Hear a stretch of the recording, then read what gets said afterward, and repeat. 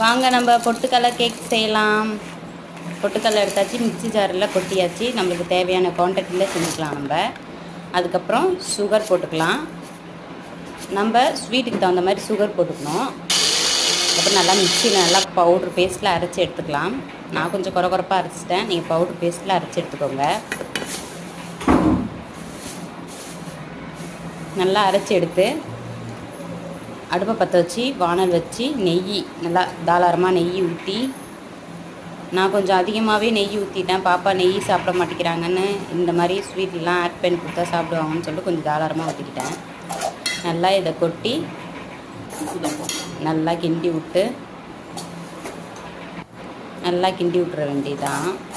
அதுக்கப்புறம் நம்ம ஒரு தட்டை எடுத்து அந்த தட்டில் நல்லா நெய் தடவி நம்ம செஞ்சு வச்சுருக்க இந்த பொட்டுக்கடலை ரெசிப்பியை அதில்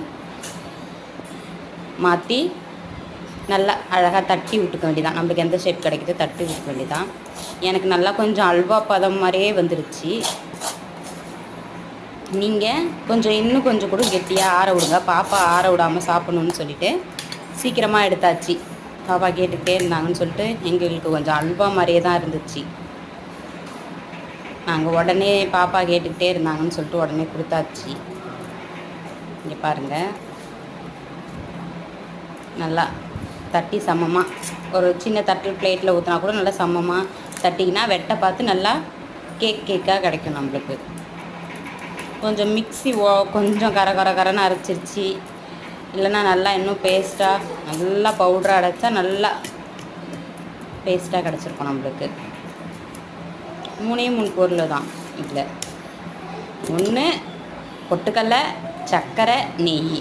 இது 3 தான், ஈஸியாக செஞ்சிடலாம்.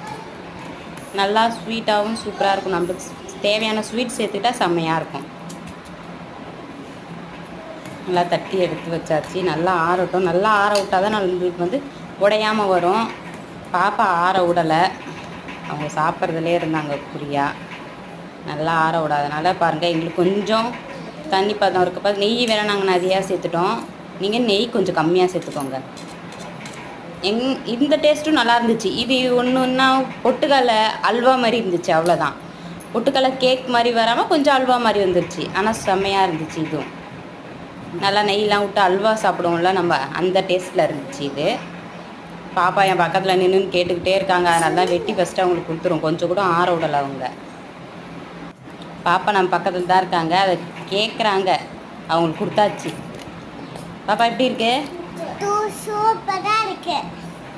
நீங்களும் செஞ்சு பாருங்கள்.